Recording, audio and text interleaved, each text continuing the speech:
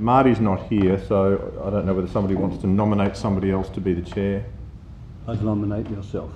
Nominate me, so I guess I'll put that. All those in favour, please say aye. Aye. That's carried, so I'll take on the role. Where are we here? Order of business, right.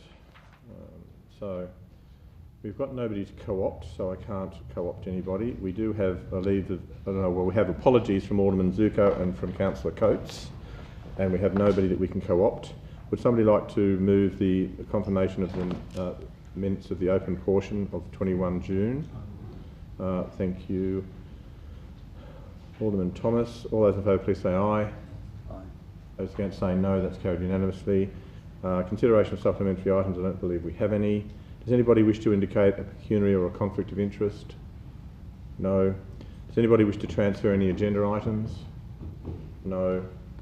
Reports. The first report is the differential rating strategy notice of motion, and there is a recommendation there. Would somebody like to move the item? Thank you. Deputy, any discussion? Yeah, just one thing, Chair, through you to Ms McDonnell. Just hang on, can you hear? Can you hear, Deputy? Yeah, cool. good. I'm just concerned, when we talk about vacant land, there are properties where, and I've shown 3 or 4 in Newtown yesterday, where the house has been vacant for 20 years and sitting there, no issue with that. But what happens where someone is doing a building or renovation and it's empty for 4 or 5 months while you're waiting for gear to come or contractors? What happens? So what's your period when you, if a house could be vacant for 12 months under a scenario like that? So where's your differentiation? Sorry, it's really hard to hear. Sorry, Deputy. Deputy, my point was, at what stage is a vacant house, an empty house, we're not talking about vacant land, an empty house vacant for the purposes of a possible differential rating strategy? If, for example, a house is vacant, is empty of inhabitants for a few months while they're getting building and other approvals, etc., or they've gone overseas for 6 months. So where does the barometer, where does the pitch lie? Through you, Chair, the council wouldn't necessarily know if a property was, so if there was improvements on the land, so maybe an existing house that was under refurbishment, or a council might not necessarily know if it was vacant or not.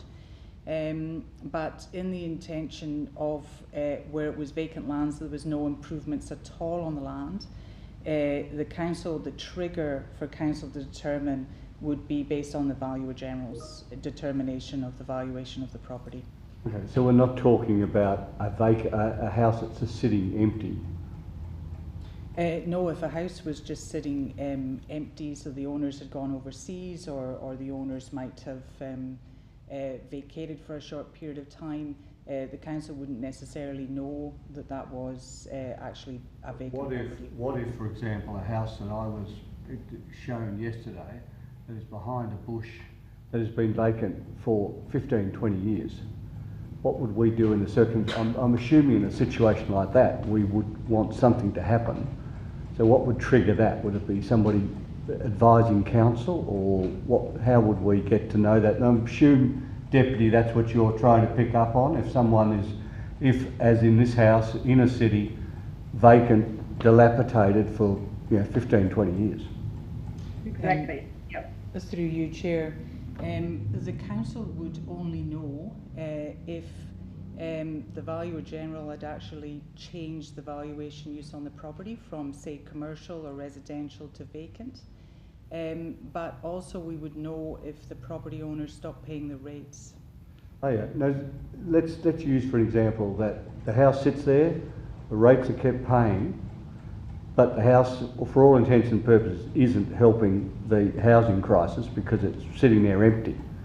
But the person is still paying rates. So under what circumstances, under this scenario, and at what time would we start saying, well, you've got to do something with this house?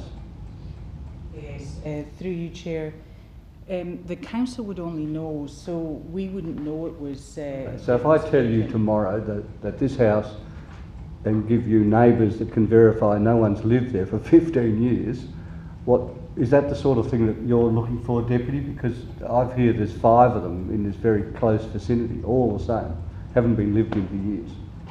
So if they haven't been lived in, I'm just trying to think of a scenario where the council, where it would be triggered that the council would know to change the rating scenario on it. Let's say, if I extend it a bit further, we pass something like this, gets into, it becomes effective, and then someone comes up and says, oh, the council's just done this, and this guy over the road hasn't used his house for 20 years, and lets you know, or lets the council know. Is that when we would hit it with a higher rate?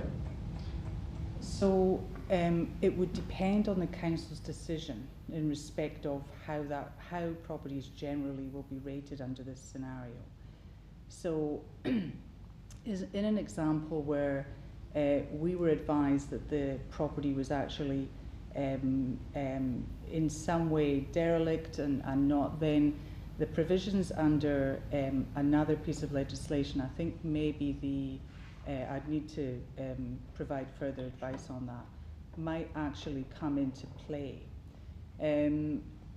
Equally, I'm just thinking of a scenario, because from a rating perspective, we're provide information from the Valuer General as to the status of each property. So a property will only be vacant if there's actually no improvements on the land.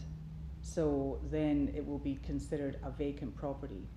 But in terms of a property, how the Valuer General treats properties that are empty and unoccupied, they actually value it based on the best use or the highest uses of the land.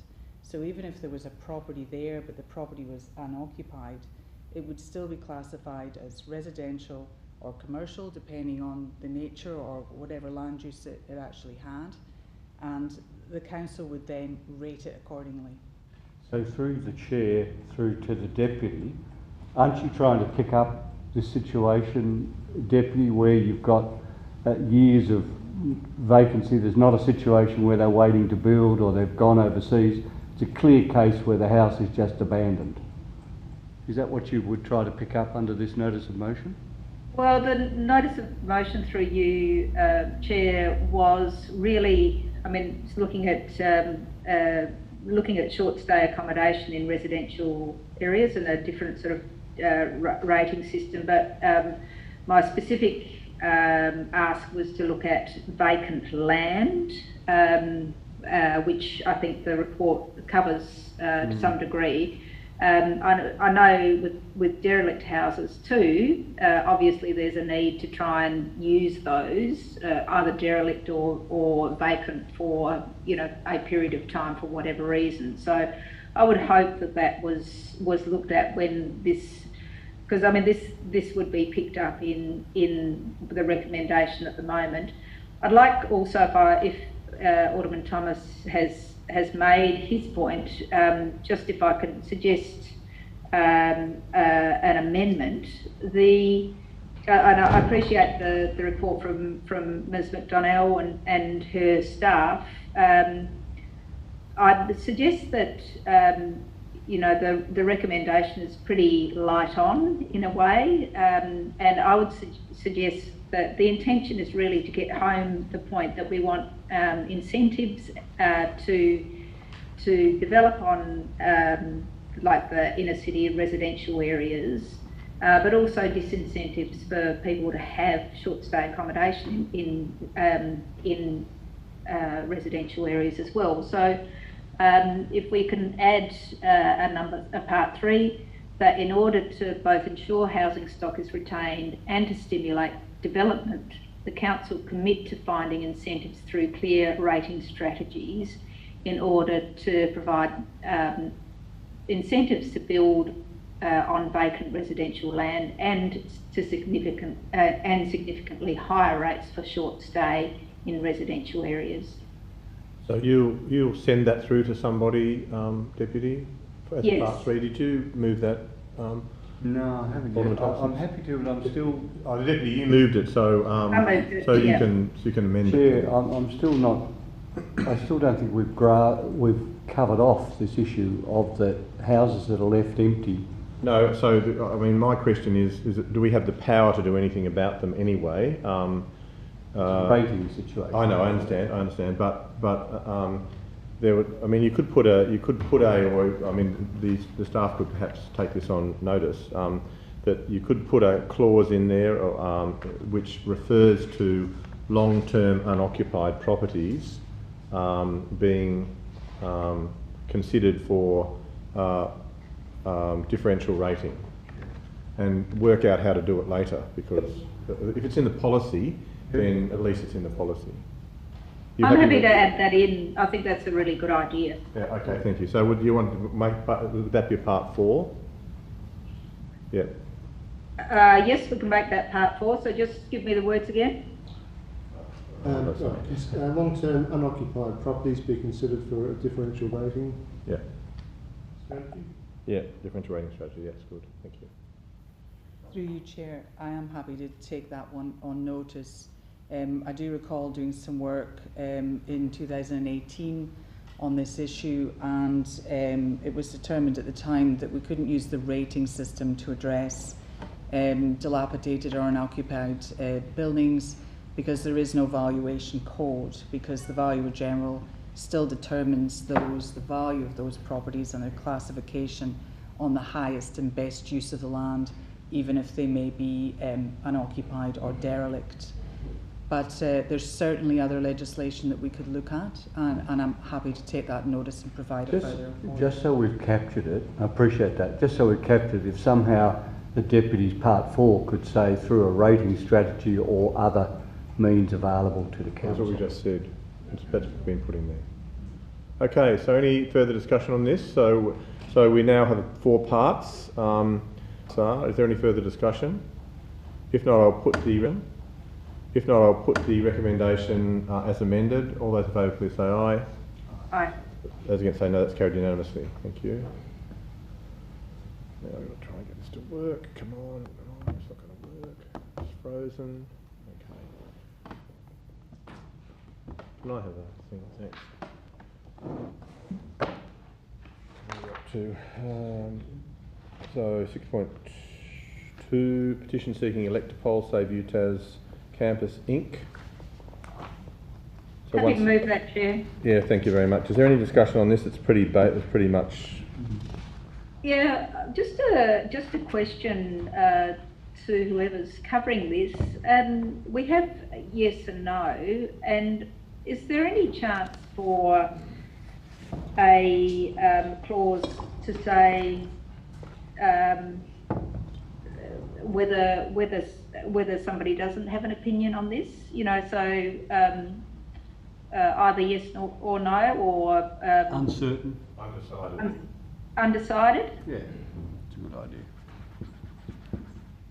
Jackson? Through you, Chair. Look, I don't know. As we said in the report,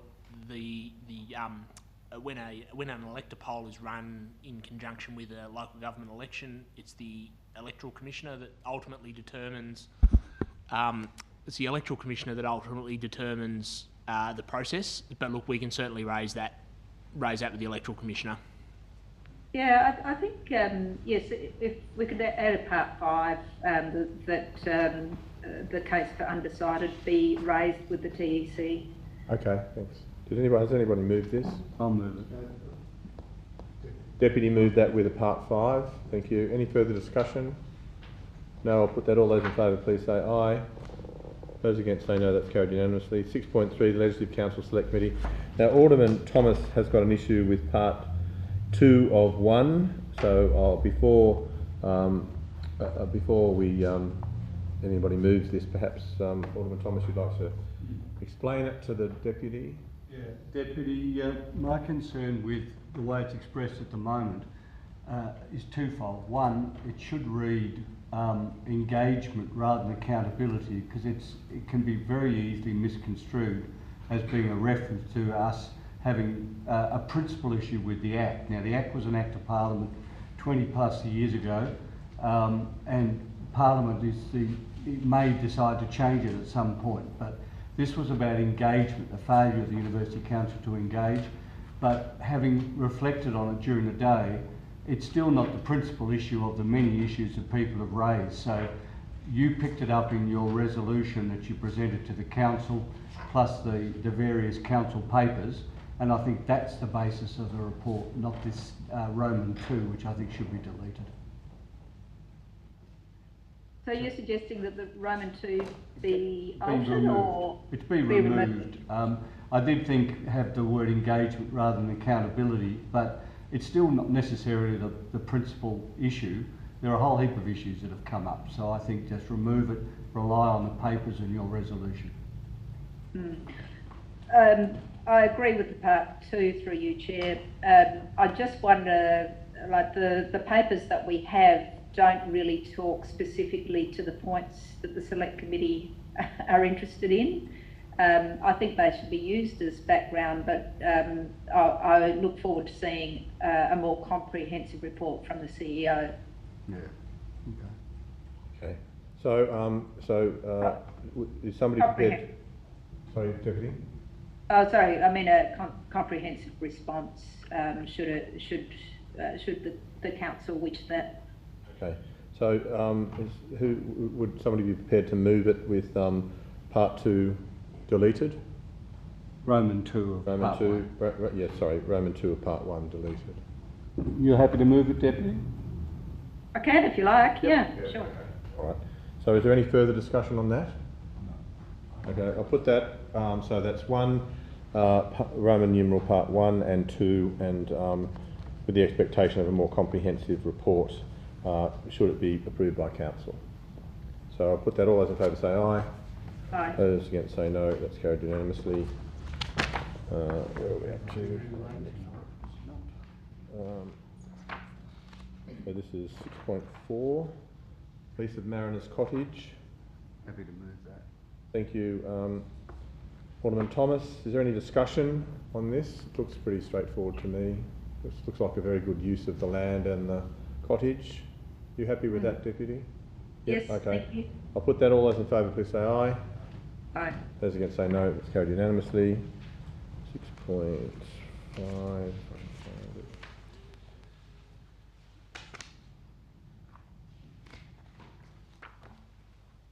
Lord Mayor and CEO meetings with key stakeholders. So this is a summary, and they just simply want us to receive a note. Any discussion on that report? Deputy, you're happy with that? Yes, thank you. Alderman Thomas? All right, I'll put it. All those in favour please say aye. Those against moved. Moved Alderman Thomas. All those in favour please say aye. Those against say no. That's carried unanimously. Agenda item 7, committee action status report, that the information be received and noted. Moved by Alderman Thomas. Is there any discussion on any of those action items? No. I'll put that on. All those in favour please say aye. Those against say no. That's carried unanimously. And we have questions without notice. Does anybody have a question without notice? No. No questions without notice, in which case we'll close the open. Would somebody like to move that we open the closed? Thank you, Alderman Thomas. All those in favour please say aye. Those against say no.